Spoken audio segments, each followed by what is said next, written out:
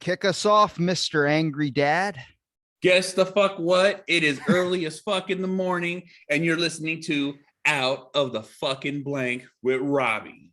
I like it. It's probably the best intro I've heard so far, better than mine. Usually I'm just like, welcome to Out of the Blank podcast. And then I should change. Do you think welcome's too aggressive? It sounds aggressive in today's day and age. No, it is not too aggressive. What about like good? Oh, I couldn't say good morning because then what happens if you're listening at night? Well, you know that is true too, but you know what? It's easy listening with Robbie on Out of the Blank. I sound like an audio tape that used to go. Now, do you have a method to help you go to sleep? Because I tried those audio tapes, but I feel like sometimes it pisses me off. Like there's a George Takei one where he's like, hello. And then he'll like speak. It just seems so creepy. I'm like, now I'm going to have nightmares. And you know, and the thing is it's not having a method to go to sleep. It's having a plan to go to sleep. My brother right now is going through cancer, and he's a man of strict fucking schedule. And it's something that we all, that we all hold near and dear to ourselves. And what you do with that is you have to pre-plan sleep. And when I mean pre-plan sleep, you got to be like, all right, I'm heading to sleep. At this time, I'm going to take a shower. At this time, I'm going to get ready for bed. At this time, I will lay down. And then by just repeating the cycle, your body will pick up scheduling. That's what it just naturally does. If you just how you schedule when you eat, when you're doing bodybuilding and putting on size, when you start doing things that are a continuous, guess what? Your body will follow that function. So if you used to staying up all night, well, guess the fuck what? You're gonna stay up all night. But if you used to going to sleep at a certain time or forcing yourself to lay down and relax, even though the first week or two is gonna be like shit, eventually your body catches that cycle like, oh, we do this. We normally, it's time to wind down. And so just by practicing that, you're going to go to sleep. See, this is what I'm excited to talk to you about because I think you're going to understand it more than anybody. First of all, every GIF or meme you put up that happens to be a fitness meme, I get 100% about re-racking weights, all that, because I work at a gym facility and that's what I do all freaking day. But nobody like I watched a video where a person was explaining like when you first get your workout in, it's like a really scrawny guy and he's lifting and he's like, I fucking love it. Then he gets addicted to it and he goes every single day. First thing you're going to start to notice is that your bank account's going to start to dwindle. Your bank account's going to start being spent more towards supplements rather than just going in and maybe purchasing a birthday cake or whatever you're going to eat in your free time before you get into the lifting life. But nobody talks about the unspoken agreements that are now being cost with now you're getting addicted to the gym life, and that is the amount of body dysmorphia that is now involved into it that nobody even thinks about. Nobody.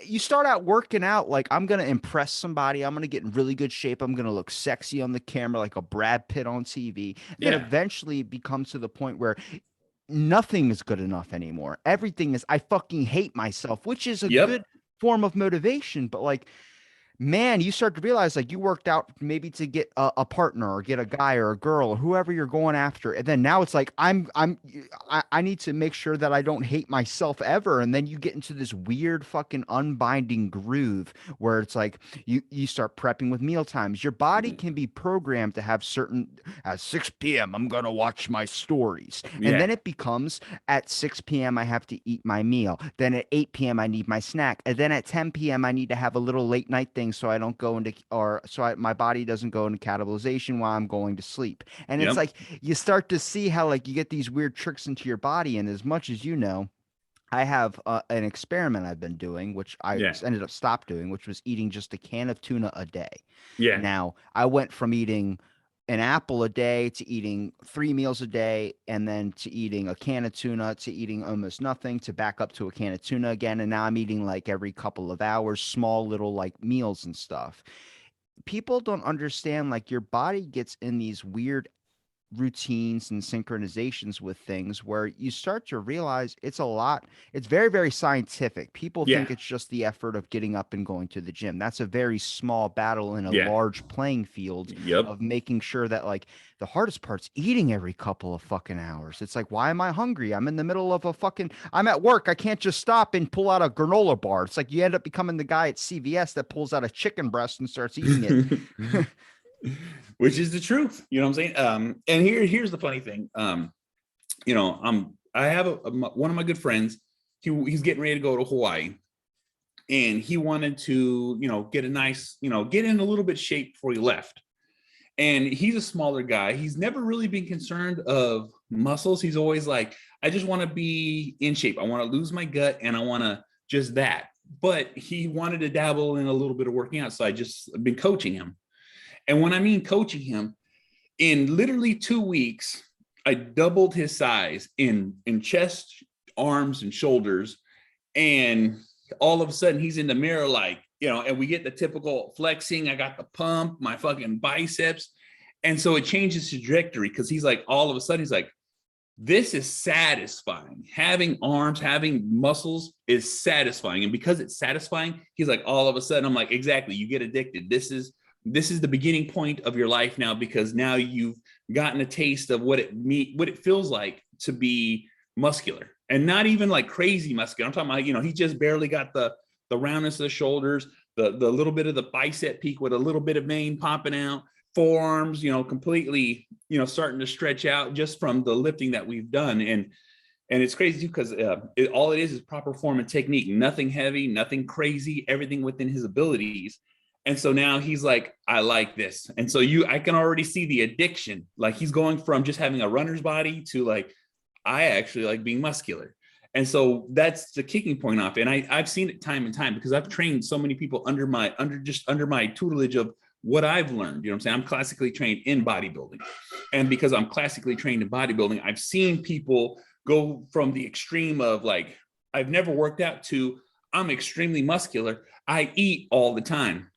One of the things about when my brother started working out with me is I would force feed him all the time. And he has horrible body dysmorphia now because now he never feels like he's big enough. He's short, you know what I'm saying? He's not tall at all like me. And he's never been muscular. But as soon as he became muscular, as soon as he became huge, he ended up getting a small man complex where it's like, I need to be the largest person in the room. Even though I'm standing next to him, he's like, no, I need to be the largest person in the room. I need to be muscular. I need to be the strongest, even though I'm standing right here. But he doesn't count me in with everybody else because I'm bigger. But with everybody else around him, he needs to be the biggest. And the reason he even got that big is, like I said, I would force feed him. I would literally I'd eat 12 at a point in time in my life. I was eating 12 meals a day. He was only eating 8, but we worked together. So we were on the same exact schedule. So I'd sit down for break. I'm like, no, you sit down and eat. Cause he would just stare at his food. He can't eat. He's like a bird. He just would pick. I'm like, no, pick up that steak, pick up that chicken, eat it, eat that rice. And I would literally just be hovering over his back, forcing him to eat. And he would be look depressed and be upset.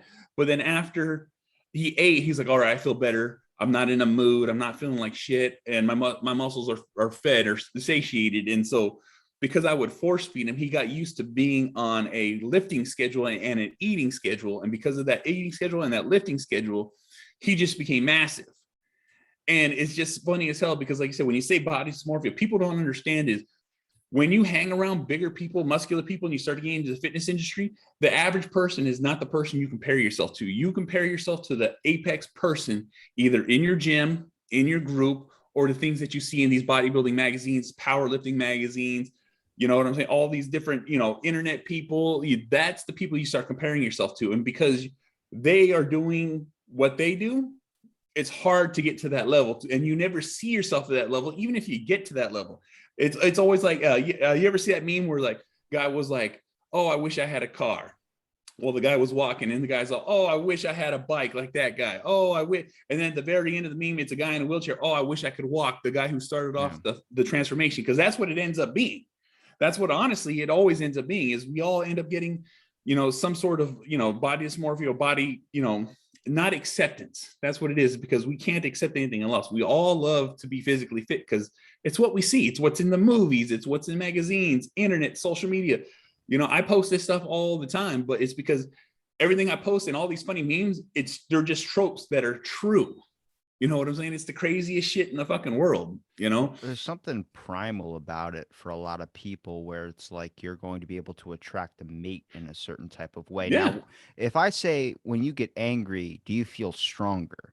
you're probably going to say yes. Most of the time, if you get angry, you feel like you get a little bit of extra strength to it. But Oh what's yeah. very weird is when you're hungry and you're angry, you're just aggressive. But Yeah. if you go hungry into the gym and you try and lift, your lifts are going to be shit because you have no nutrients to be able to fuel that. Now I fast and I go and lift. I don't like Yeah. because I work out first thing in the morning. I want Yeah. to get that out of the way. I want to get the cardio out of the way. I want to do all that. The hardest part is being able to control yourself. Like I notice when I do like a 3 hour cardio session and people go like, how do you do that long on the elliptical? How do you do that long on that? I'm like, I have ADHD. So my energy never really runs out. Like if I try and get sleep, when I talk to a sleep scientist, they tell me like, you're basically, if you, whatever your capacity is for sleep right now, like insomnia is really not a thing. And I'm like, well, I fucking beg to differ. Yeah. And they go, well, the thing is, have you ever tried working out twice? And I go, yeah, when I work out twice, I could take a really good nap afterwards. They go, yeah, because when you're trying to sleep, if you physically can't, after 10 minutes of sitting there, get up and do something. Because what it means is your body does not have enough energy. So what happens is if you try and sleep and you might get 30 minutes, you might get an hour, but you're going to keep waking up in bursts in the middle of the night and you're not going to get a full 8 hours. When you get that full fucking 8 hours, which I've never really gotten at the most I've gotten is maybe 5 or 6, Yeah. I feel so fucking rested, but every night it's the same routine that I'm on right now. I stop eating at 5 p.m. Yeah. I have my last little snack or whatever, and then I might lay down afterwards. But I get up at like 10 or Yeah. 11 at night, and then I get up and eat again, and then I go right back to sleep an hour later, and I feel like shit when I get up. And it's like the worst fucking like I wish there was just like a thing, something you could do where it's like if you work out once, you only need to work out once a month, but then it would be like everybody would be in this physical top condition. And I think it's like it's very interesting because since I work at a gym, when I see people come in like young kids, they're all Yeah. fucking pumped up and like Yeah. they're extending their lats out to Yeah. make themselves look like they have a huge back.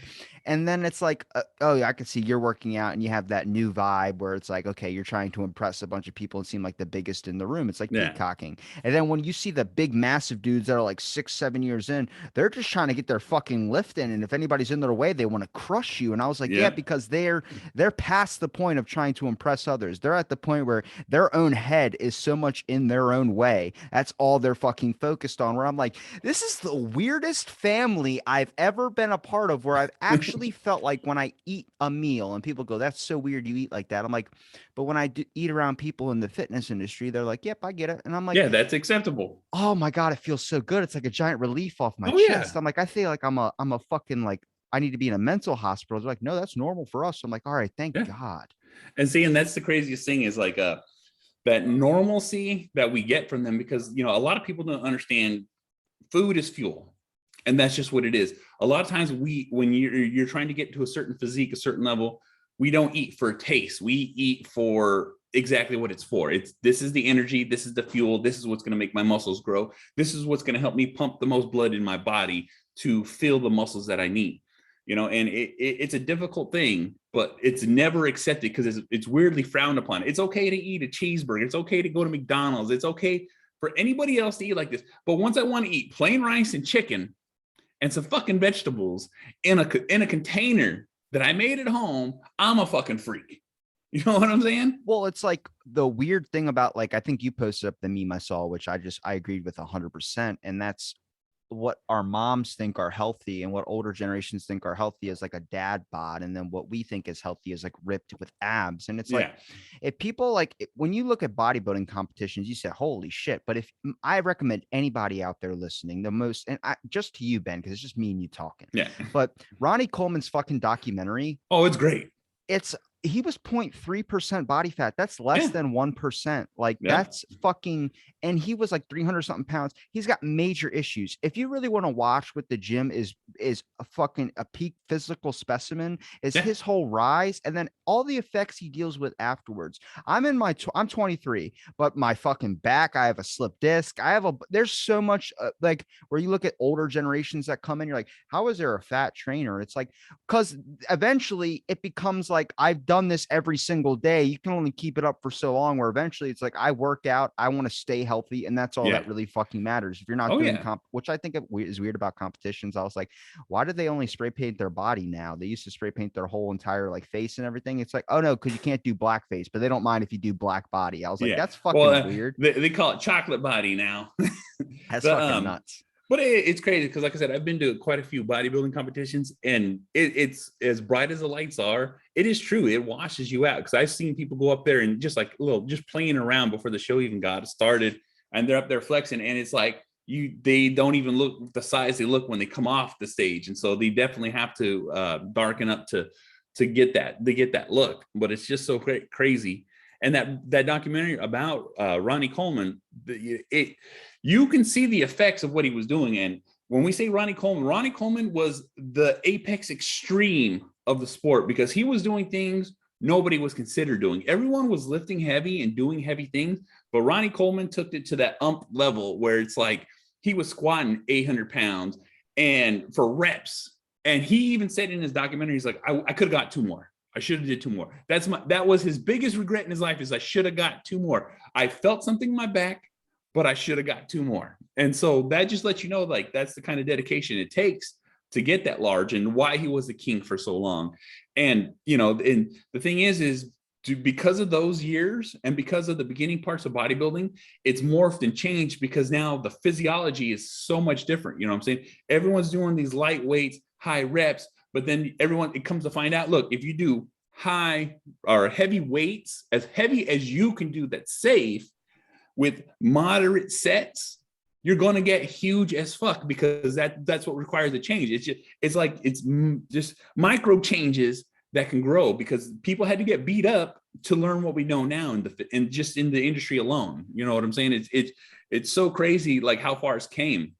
You know what I'm saying? I remember when I first started bodybuilding, I was did exactly what Ronnie Coleman did. Bang and bang and bang. I 1,200 pounds on the leg press. I curling like 250 pounds, benching 405 for until failure. Just squatting like there's no deadlifting until I couldn't deadlift anymore. And I got large. I got in really great shape. But the thing is there were effects. There were all these different things that happened. But the thing is once just like everyone else, you gotta, practice, you gotta see what works, and you gotta do what works for you. And once you figure out your physiology, your body, and it takes years of things, because it just doesn't happen. Everything we know about bodybuilding and training is just from practice and play, from people doing it. So it's like, oh, this and this, and well, this worked for me. Well, that doesn't really work for me, but this will work for me. And so you just keep playing with shit until you figure out what's the best format for yourself. And once you figure it out, you can exponentially just explode. You know what I'm saying? And then plus, if you have the food intake, and the eating's the hardest part of all this stuff. You know what I'm saying? Like if you'd see Ronnie Coleman, he would just shovel food in his mouth, ketchup on everything. He'd have giant plates of food and just like, I love eating. And so he would in the documentary, he was talking about, I just eat pepperoni pizzas, and he was getting large. You know what I'm saying? Some people just have that gift. You truly know when you work out a little extra harder, because you'll get to add a little extra to your meal when you get home. And I think, like, for me, I would even consider myself like, I mean, I'm definitely a weightlifter, but I'm not like how people go like, like they want to be like this bodybuilding type, because I've worked out every day for 10 years. I'm dedicated, but I'm more about looks and aesthetic appeal rather than trying to go, because I think, and it took me a while to figure this out because I was always doing the same thing. Yeah, I'd bump up weight and stuff, but man, I'm not about the full, like, if people think like this is like probably one of the healthiest addictions. In some cases, sure, but in some cases, it's not. In some cases, you put your body to shit. When you see a lot of these older bodybuilders, they might be ripped, but man, they talk about, man, I got to take 10 pills before I get out of bed, because they're suffering from so much. Like, so when I see people lift heavy, I'm like, man, I'm not about that. I know what pain is. I know what injury is. And especially with my digestive issues, I was like, man, I'm more about keeping like a 6-pack and keeping that. I don't care if people want to say like, oh, but you're skinny though. Yeah, but I have muscle on me, man. Like being 128 and being able to bench 175 is no fucking easy task. Oh yeah, it's not an easy task. And that's one of those things too, is like, that's what you're supposed to do. Your body matures as you grow. And because you train the way you train, as you get older, your muscles will grow. They will fill out. You will be the right size. And that's a lot of the times that people forget is like, I want to get big quick. I'm like, that's not the name of the game. The name of the game is you build it over time. It takes years upon years to develop muscles. You know what I'm saying? There's things that you can take that can instantly make you explode. But the thing is you need to stay within your program and keep building and keep moving. There's such thing as man strength, because the thing is as you get older and you start becoming bigger, that's where man strength comes in, because it evolves. You know what I'm saying? Just like on the plan you are. If you stay being muscular and physical and stay eating right and growing, what's going to end up happening is when you hit your 30s, your body's developed into the perfect shape it's supposed to be. You know what I'm saying? It's all about time. You got to give it time. Like even when you talked about muscle maturity is something that just doesn't happen overnight. It literally takes at least 5 to 6 years to be achieved. And when I mean muscle maturity, what it is your body's dense. Your body has that denseness to it. We all can touch ourselves and we're still soft. But the thing is once your body hits that muscle maturity, it's just like, it's like a fucking, like a board. It's like steel. It's like you can touch it, but there's no give in it. It's because the muscles have matured and developed into this armor around your bones, which is exactly what it is. But once it starts getting that denseness to it, all of a sudden, when you dehydrate and you get this grainy look, like it's sand under your skin. And the reason it looks like there's sand under your skin is because your muscles have hardened. That, you know what I'm saying? You're constantly growing. You know what I'm saying? At around 30 years old, if you start, like just how you're training right now, by the time you hit 30, you're going to have this muscle maturity and you're just going to be thick. You're just going to fucking have, you know, the correct hardness to your body. You know what I'm saying? Sometimes it never develops because we all develop this fat from eating shit, from eating garbage, from eating shit, you know, fast food, you know, whatever the fuck, you know, whatever your fancy is when it comes to eating, you know, it takes that time to build that muscularity. Well, during the pandemic, what was they had the red meat scare, which anybody can Google. Yeah. And you'll get an article on Wikipedia telling you about during whatever 2020, there was a giant scare that red meat was going to go out of sale, and most people spent their stimulus check on it and then literally robbed the grocery stores. You know, Yeah. the one type of item that was still inside the stores, which would be like, it sounds so fucking stupid now that that wasn't the first thing to get picked. The non-perishable items, the ones that are canned foods, the ones that a lot of people choose not to eat, they want the thing that's going to fucking expire. In the midst of a pandemic, when stores are going to shut down and you need to buy whatever's going to last you for however long it's going to be closed, people bought the shit that was going to perish and it had an expiration date on it, rather than focusing on the pasta, the canned foods, the stuff that wasn't going to perish that you might need for 5 years. You don't know how long it's going to end when an apocalypse fucking happens. Oh yeah, 100% true. You know what I'm saying? And that's the thing too, is like you know, when there right now there was a red meat shortage, there was a chicken shortage, toilet paper, and then right now there's a chicken wing shortage. and every time, it's funny as hell because like every time this was happening, we literally like, and you know, I'm not saying I foresee things, but every time I see something happening, I'm like, oh, you know what? I kind of read an article and it seems legit. And this is way before it started, because like it was like a whole bunch of little warning articles. I'm like, I'm gonna go to the store and load up on some meat. And then I load up on the meat, and then guess the fuck what? A week or two later, everybody bought everything. You know what I'm saying? And it's just fucking crazy. It's just, you know, I'm like, well, we got a fridge in the back. We load it the fuck up because we eat so much meat in this house. But I wish I could eat pasta, man. I fucking, you know, I'm being gluten intolerant is what's really fucked me up, because I love eating pasta, I love eating bread, so we never buy any now. I think there just needs to be a more formidable class when it comes to nutrition and when it comes to exercise. Nobody says like a lot of the gym stereotypes are true, but it's also, you might not be fit for the gym life. Like a lot of people are, well, I need to get healthy, better get a gym membership. Just go fucking outside. Like you necessarily might not be the person that is fit to be in a gym thing. If you can't handle doing that commitment every single day and you just want to come in every month and you're wondering why your body's not fucking changing, you need to look like, there's a dude that always comes in the gym. He just talks to people and he shouts across the gym where I'm like, what the? It's 5 a.m. and I hear him like he's yelling right behind me. He comes in, works out 20 minutes. He came in today, didn't see anybody, and he left. And then he was like, I guess I'll come back later. He just wants to strike up a conversation. I'm like, you don't need to be that guy. If you want to be social, go out somewhere and be social. But the gym is a place where the main thing you should have focus on your head is not about attracting someone, which is always how it starts,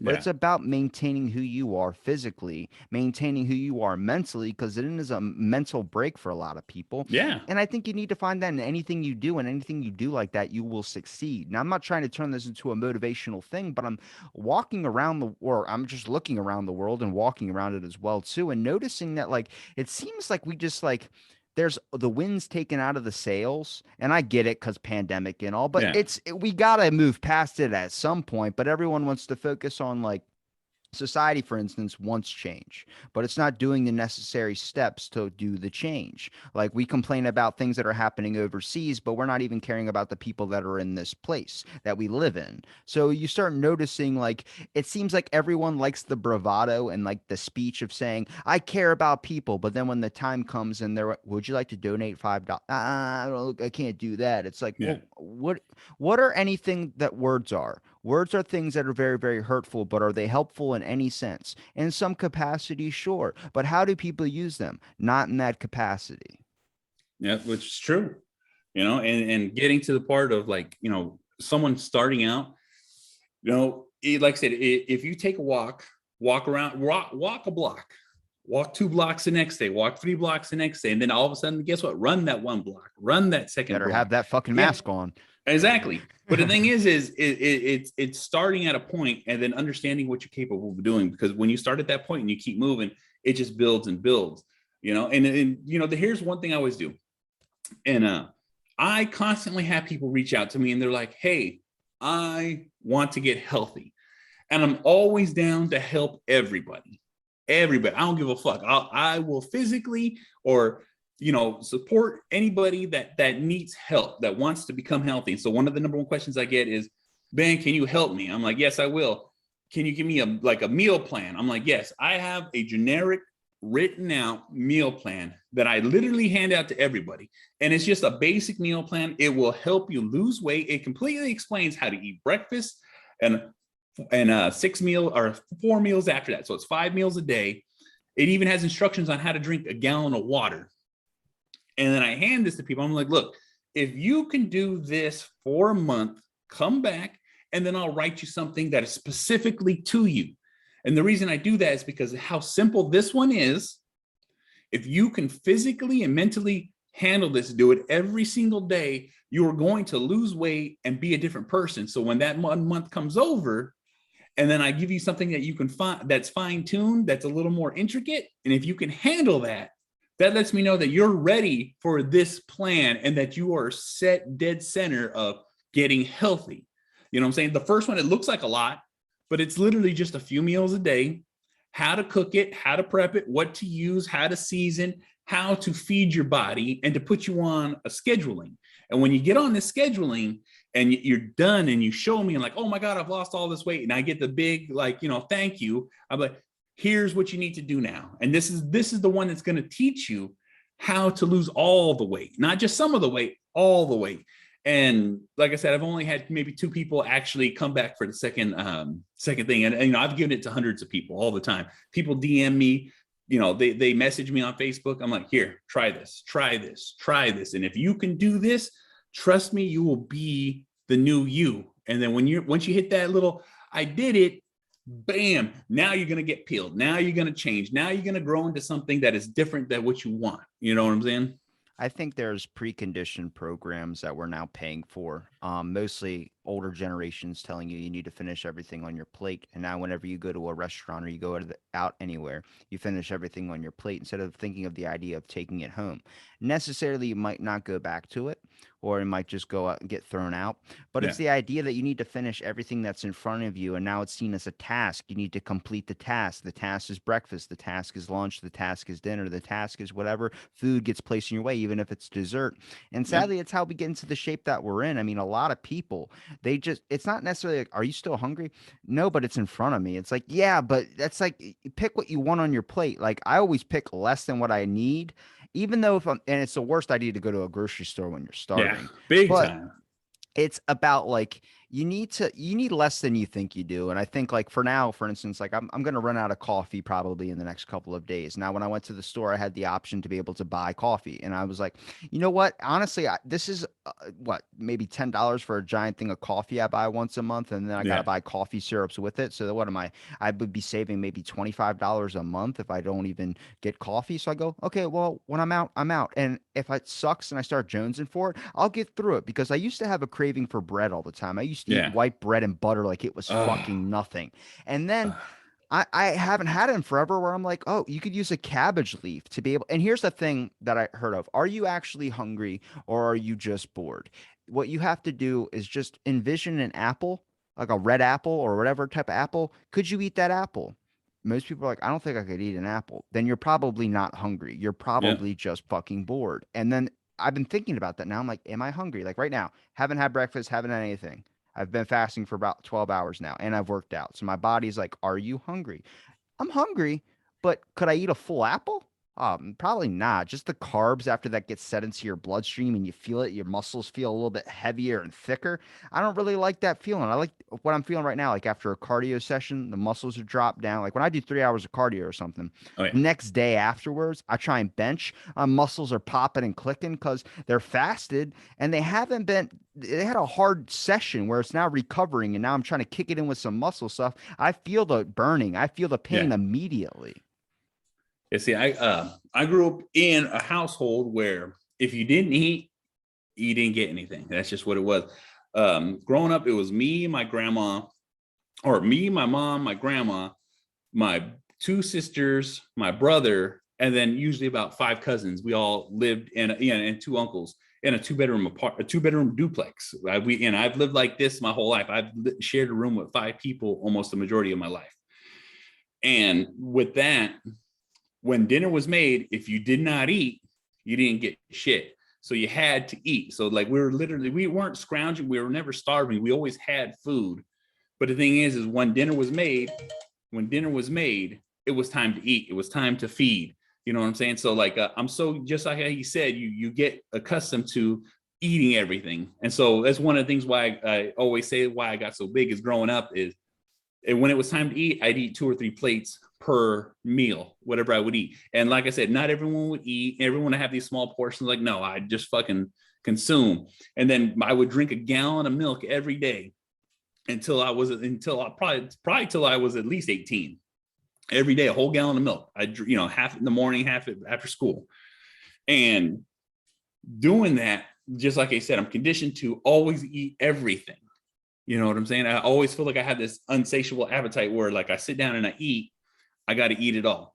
And it's hard because I'm doing this whole new program where it's basically the same thing I would always do. It's just minus carbohydrates.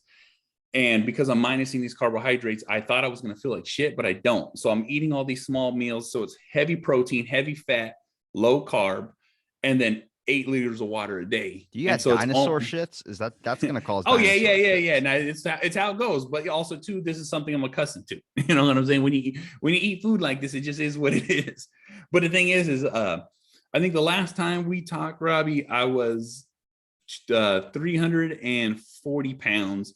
I dropped a little weight. I got down to 325. And then at 325, my sponsor, John Anderson, was like, hey, I want you to run my program. So I'm running his program right now. And literally in a month, I'm already down to 294. And I'm eating like fucking crazy. Can you help me lose weight from 128? You know what I'm saying? He knows how to do it all. But I'll tell you right now, though, it's just so fucking crazy because like I'm going through this program, but the thing is I never feel hungry anymore. Like I would always feel hungry no matter what. When I would eat before I did this program, I was always like, I need to consume, I need to eat, I'm fucking starving, and now it's like I'm not starving. I know I need to eat because I'm on the set schedule, but I don't no longer have this like the sensation of like I got to put food in my mouth. You know what I'm saying? It's so fucking crazy because I was so used to always having that feeling. I think when we talk about like the capacity of change, in the 20s, the whole reason we adopted the motto of eat everything on your plate was in the 20s, there was no food. So you wanted to make sure that when you did get food, you ate all of it. None of it went to waste because there was no food to waste. And now we're Yeah. in different times. And now I feel like the times need to change a little bit from the motto of eat, you need less than you think you do is a great motto, Yeah. only because how many people are now like not leaving their house, not going outside, not wanting to go outside because now that ability or that capacity has either been taken away or made it so difficult where people are just, it's better to stay home. It's easier to stay home. Yeah. Now all you're doing is sitting around eating and spending more money on food. Now you need to adjust to the fact that you don't need that much. When you go to the grocery store, I look at like, all right, if I'm going to prep food for a week or whatever, I don't want to be back here 2 days later because if I make a bunch of food, then I'm going to have it all sitting around the house. And then when I go to eat, I'm just going to do an unreasonable amount that I'm used to. Make as I should just go get what I actually need. So I only get, instead of 8 packets of rice, if I'm going to make it all week, I go and get like 5 and I just split them out. And Yep. then you start to realize, oh, I'm saving money there. Right now, the world is set up where they could flash something at you and then you're going to go buy the crap out of it because now Yep. it's the fear it's never going to be there. Well, do you actually need that item or are you just buying it on the fear that you're not going to be able to get it ever, even though you might have never even gotten it for the past year or two? That's the thing, is like when you start looking at ways to eat better, ways to feel better, it all starts with the mind for sure. But at the same time, it also comes down to the basic template of how you feel with your body. If you're not going to be happy with yourself, you're not going to be happy with the people around you. And I think nutrition right now, I've been just getting super interested in trying to find how is this happening and we're not thinking about this. Like I start doing that with politics a little bit, Yeah. doing that with nutrition a little bit. I'm doing that with really everything in my life and starting to realize that there's just a lot of stuff that's like, why are we doing this? It's like, I don't know. We just kind of have been doing that. It's like, well, then like, why are we still doing it if we can think of a different way to do it better? Well, it's so much easier to keep doing what we've been doing. It's like, Yeah. all right, well, maybe we need to make a change there because the times are changing, schools are changing, education is changing, life is changing. Why are we still doing the same shit we were doing 10 years ago? That's it. We got to evolve. We got to change. We got to grow because, new technology, new lessons, new studies, all these things come out and we're just so used to just overdoing And everything. still no Bigfoot. And still no Bigfoot. No plausible evidence. You know what I'm saying? No plausible. What's plausible evidence? You telling me a guy selling Bigfoot hair on the internet is not plausible evidence? Well, I've been following this guy on, he's constantly talking about him and his family killed a Bigfoot. They chopped up the body and then put it in a deep freeze. And so he's constantly showing the parts and all this stuff. And it looks crazy, but this guy is also crazy. It's the best type of people are the crazy ones. Oh yeah. They're not the crazy where it hurts other people, just the crazy where they're really only destroying their bank account. Exactly. But he's got plenty of views, plenty of followers, so he's making some money. What scares me is like you had Flat Earth Dave on. Yeah. And like I think people just watched his video to just prove that like he's wrong on everything. Because so many people in your comments were like, I fucking proved you wrong. Where's my Bitcoin money? It's like, oh, that's how he gets it. He lures you in by trying to prove him wrong. And then yeah. Now, like I said, it's hilarious as hell. Because like I said, when I have someone on my show, I'll let everybody say their piece. But he was constantly like, oh, you believe I'm like, you know what? I'm going to believe what I'm going to believe. I'm not going to force my beliefs on you, but I am going to entertain what you're saying, because I want to hear it. I want to hear, because, a lot of times I would ask him questions and then it just diverge off into something completely different. Yeah, exactly. So I'm like, all right, we're going to have a fun conversation and I'm just going to keep it light. And so that's what I did. But man, I'll tell you right now, everybody was roasting them in those comments. And then I even had somebody, why you keep liking the comments? And these are just trolls. And I'm like, you know why? It's because it's interaction. You know what I'm saying? It's cool. It's fine. I'm enjoying what I'm reading because I see it. You know what I'm saying? It's hilarious to me. I was just happy you wore my shirt on that episode. I was like, well, one episode in 3 days gets like 5,000 views. I'm like, holy shit. Oh yeah. You know what I'm saying? But that's one of those things too, is like, somebody gave me a compliment. They were like, man, you really just let him say his piece. I'm like, yeah, that's the whole point, is let him speak, let him prove his point, because if he can prove his point, then I'm going to learn something. But if he doesn't prove his point, then guess what? I'm going to have a fun conversation. I think that's like the most difficult part about doing this show is when I'm trying to get new guests and stuff. They look at the most recent or the ones that maybe a couple before that. And it's like, fuck, imagine if I have a lineup of just fun, like joking around conversations, like I have Jason on or something like that.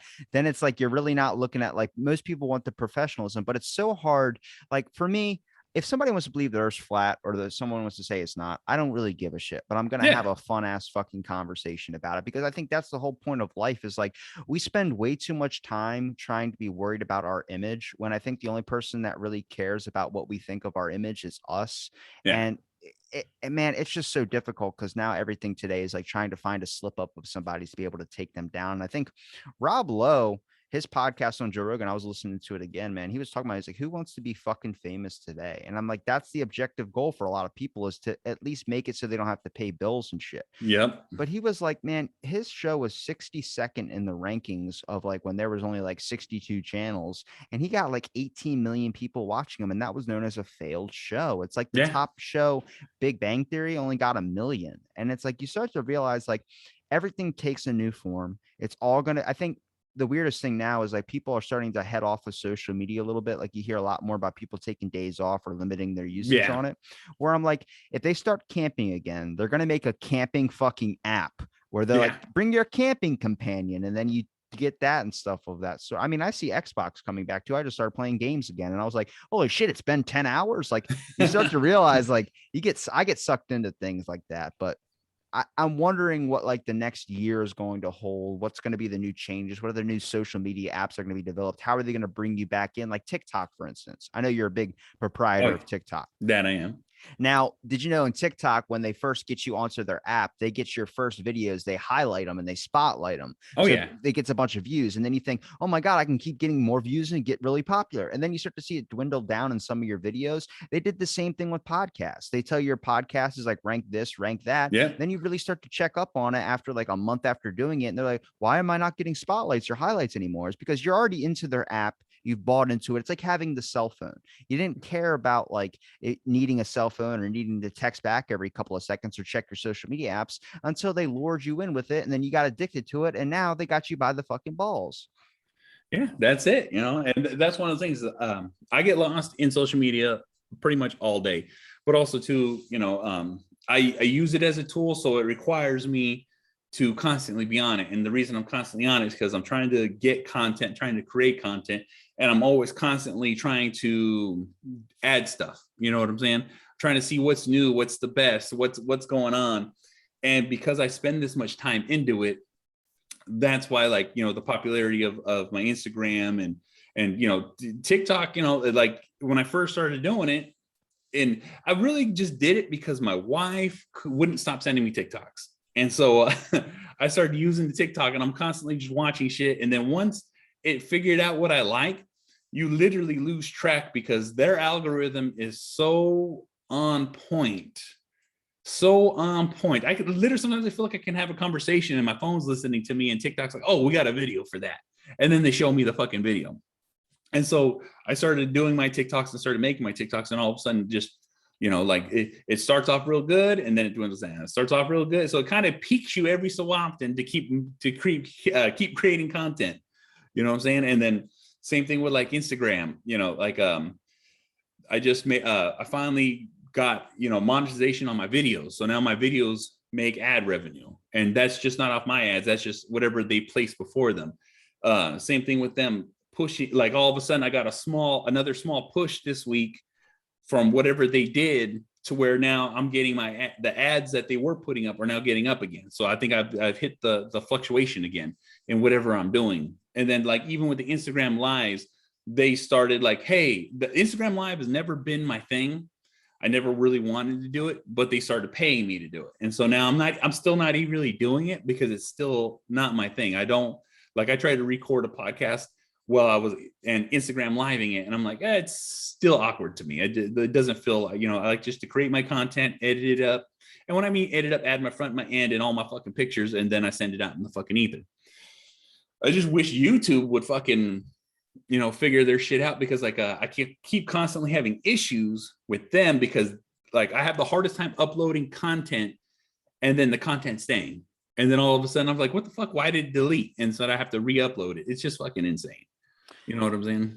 I've YouTube's emailed me and told me like we can't monetize any of your videos. We checked the past recent 600, and they're just Yeah. there's things you said that you can't. There's no way we can even Yeah. promote that or make money off of. And I'm like, I get it and I understand that. And I look at it like maybe one day it's gonna cross. Come, Rob Lowe, if you're listening. But I just look at it like influencers now, you can get way more influence by just posting up gifs, memes, and you can Yeah. just you can get a whole list of followers by just being political now. And I'm like, the trends are constantly changing. It used to be like, I noticed my followers haven't changed now, and they haven't gone up, they haven't gone down. And it's because I noticed the accounts that just follow and they're like promoted on this or do that. Yeah. And I'm like, so these are the people that actually like the stuff that I'm putting up there. And I'm like, I don't even care if it's like 2000 or like 2100 or whatever. I don't give a shit. People want followers, followers. I'm like, I notice my analytics going up from the people that listen on whatever platform they're Yeah. on. Twitter's my stomping ground right now, just to be able to go and get guests, because it's so much easier to get a direct message to someone Yeah. rather than going through Instagram. But Exactly. it's just difficult because on Twitter's like you're liking something, if you retweet something, and everybody in your lineup sees it, and then it's like if it's political, if it's this, if it's that. I'm Yeah. like, well, I mean, it's all over the fucking Twitter feed. Is everything is all one-sided like news shit. So I'm like, it's hard not to be involved in news when they got a hashtag that was trending called Trump is right, and it was about the Afghanistan thing, and I'm like, Yeah. most of the time it's about Biden. I'm like, what's the fucking Trump thing? You click on it, it's everyone saying, look at all the Biden or the Trump supporters getting mad. They want their guy to be right. I'm like, I don't think it's that at all. I think it's because he put up a speech saying, before you pull the troops out of Afghanistan, make sure you get the people out first. We did the opposite. We pulled the troops out and not the people. And now we're seeing the recourse of that happening, where I'm like, man, I want to go back to watching fucking cat videos. Let's see Facebook make a comeback. Let's bring You back know, MySpace. Fuck it. that's it. I don't even think you're old enough for MySpace. I was like, the first couple of years on the internet, MySpace was phasing out. I know mine's just floating around there somewhere. That's weird how it never gets deleted. At least they're honest about it. They're like, hey, Yeah. we are keeping your data on like, but we're going to Yeah. make it accessible so everyone can see it. Not just like we're Everybody going to can. hide it. What do they do with the fucking data from your phones and shit? Exactly. You know what I'm saying? They just stay floating in the internets. It's just It's weird just so now fucking how crazy. like there was a giant spark, what not like almost a year ago, about like they're going to be able to track and send your data and store it somewhere. And now it's like we get advertisements for shit. Well, me and you are talking. I bet Yeah. guarantee you I'm going to get a kettlebell fucking ad, and Yep. then it's going to be like we don't even give a fuck anymore, because I think that we always are so reactionary as people, and then eventually we just fucking lose sight of everything, where it goes down to like, I'm worried on to the next thing now. It's like, Exactly. can we go back like 2 years ago when we said Area 51, we're going to storm it. They told us it didn't exist. We found out it existed, and we're not focused on that anymore. You know what I'm saying? And then like all of a sudden we're so complacent with everything that was a conspiracy theory now is real. They have our data. They're showing our data. They're listening to us through the internet. Remember, that was you guys are, no one's listening to you. No, they're listening, they're listening to you on the internet. People, the government is watching you. Get these ad companies. And like the most recent thing is like Apple is now with the newest update is they scan your pictures for child pornography. Oh yeah, OnlyFans banned sexual content. And this is the crazy part. I just watched a TikTok on it yesterday. One of the guys that I TikTok's fucking news. That's the crazy shit. It is. It's the most realist news too, because like it's unfiltered. And the guy named Charlie Classic, he runs an OnlyFans site, and he makes adult content. He was like, I just talked to the owners. It's bullshit. OnlyFans ain't going nowhere. You know what I'm saying? People are just saying it. That's so fucking nuts how like I don't see I don't know what to believe anymore. Whenever someone's like all upset about like this needs to end this, I'm like, man, I get it, because whatever you saw obviously convinced you, because everything nowadays you can put up a whole bunch of videos and mishmash it to where there's no fucking true information anymore. Everything's just fucking wait till new information comes out. I don't know what the world's gonna hold, dude. I really don't. Maybe people are deleting off Bigfoot videos, and they're trying to make them seem crazy as shit. Well, they can easily blackball it and shadow ban it. You know what I'm saying? It's easy as fuck, because it was funny as hell, because like when I was talking to Flat Earth Dave, he said, hey, because I said something. He's like, watch what you say because I don't want you to lose your channel. And so I was like, what? And he's all, he was telling me, he's like, I get shadow banned. My videos can't be found unless you specifically type them out. And the thing is like, that's a real deal thing. That's a real deal conspiracy. That's a real deal. It could happen thing where it's like, you know, they're scanning our phones. Shit, they can scan the internet. Oh, Bigfoot gone. Bigfoot gone. Bigfoot gone. Oh, good fake Bigfoot. Put that up. You know what I'm saying? The algorithms are so fucking real that it could be possible. I don't like the constriction of information. Like when the lab thing, you couldn't mention that, and then now they let it go through because they realized it wasn't just a right wing like that's the whole thing. Is like if someone sees it, like, oh, that's a Trump thing or that's this. It's like, is it though, or is this like a possibility? Like you start to look at like now you can't just someone can just lay a claim to something, Yeah. and then they're labeled as something, and then that information is lost. It's like if you're leaving one side up, you got to leave fucking both up. Oh yeah, you do. You do. You know what I'm saying? But the thing is just like anything else, political is going to lean to the direction it needs it to go to control the world.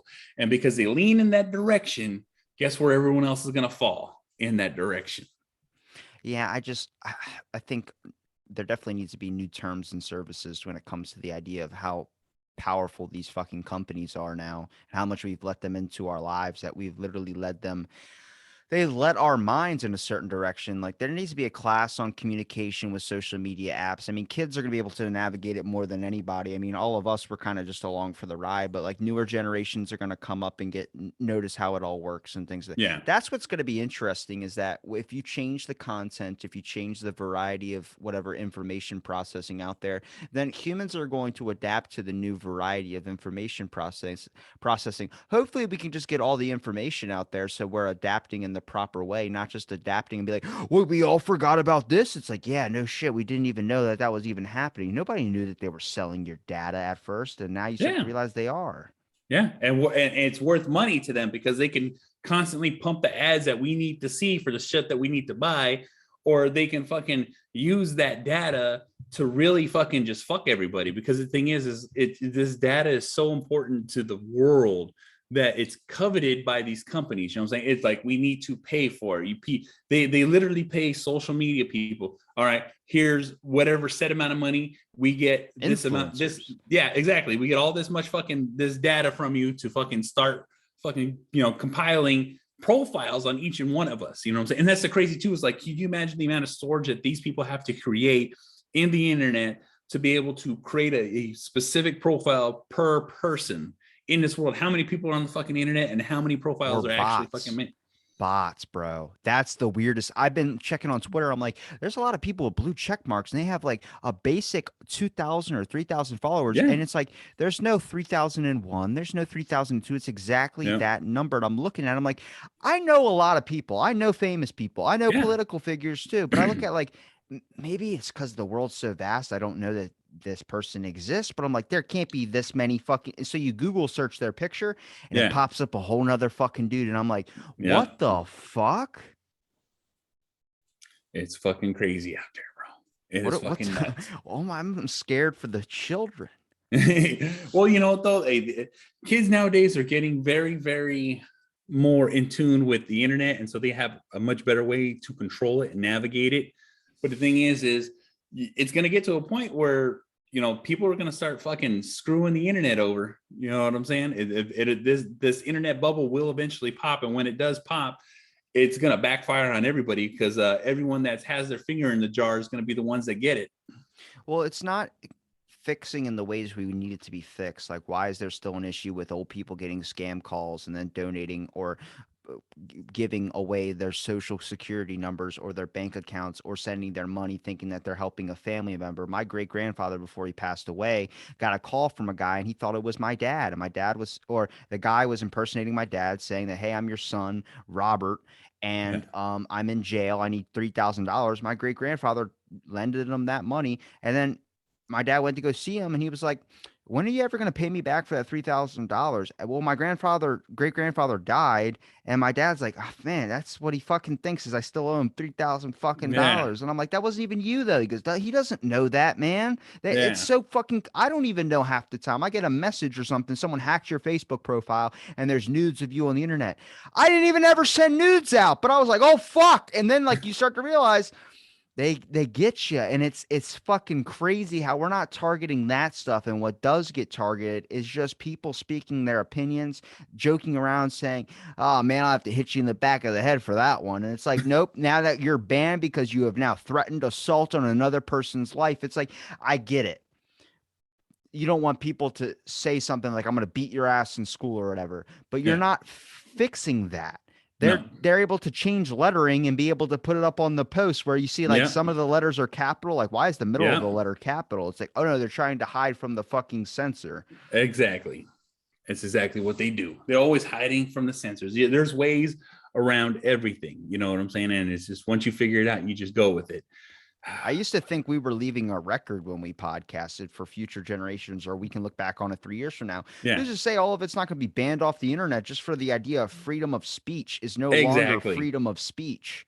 Exactly. You know what I'm saying? And it's crazy too, because like some podcasts, like let's say in Canada, there's no free speech, so they can't podcast the same way they're podcasting here. They can upload it in the United States, but it has to stay in the That's why United they States. always talk shit on the states. Yeah, you know what I'm saying? And then like some of our podcasts, guess what? There's so many times I've gotten emails. Your podcast can't be seen here or seen here because of whatever I said. You know what I'm saying? It like literally gets blocked from certain sections of the world because I fucking said something. You know what I'm saying? I got I didn't get a community strike on YouTube. I got a warning. Hey, watch your titles. And a lot of my titles just have an F with an exclamation in it, and that's it.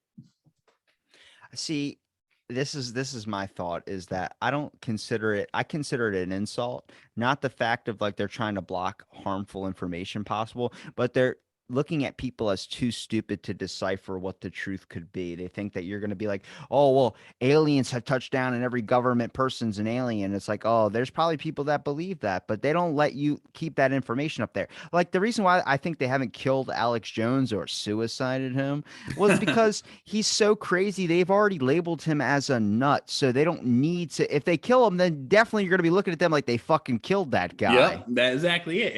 And that's the thing too, is he's been banned on everything. So he literally only has a website now. And due to the internet only, guess what? You can only get him on a website. You can't get him on a social media platform, YouTube, Twitter, Facebook, Instagram. He can't be seen or heard anywhere else except for his specific line. It's like Brett Weinstein and Eric Weinstein. Their YouTube channel has been like shadow banned on so many different platforms. Jimmy Dore has been banned on so many Yeah. different platforms. You start to look at it like you would think that you would want to keep this up there for at least let people to be able to decipher it out themselves. I mean, it's going to Yeah. go good or bad for you, but everyone's like, I don't want it to affect my platform. It's like, all right, then. I mean, you've kind of tricked everybody to use you. So it's like, Yeah. what do we do at this point? Yeah. I thought you were a free speech program. You know what I'm saying? No, the disguise of free speech. The skies of it. You know what I'm saying? Like I said, I'm still waiting for the day where I get that little notification like, hey, no longer available. That's a scary thing. Imagine all your work like just gets shattered. Just shattered. You know what I'm saying? That's the thing too, is like, Wait, I then say who pays if like you spend 10 years in podcasting and you put up all this massive amounts of content, you build up this giant following. Who pays the crime if you end up seeing that all your stuff is now gone off the internet forever and that person kills themselves? Who pays for that shit? nobody pays for that shit. It's gone because it's whatever the terms and conditions are. That's why there's constantly updates on terms and conditions. Like, hey, terms and conditions. Who the fuck reads terms and conditions? Not me.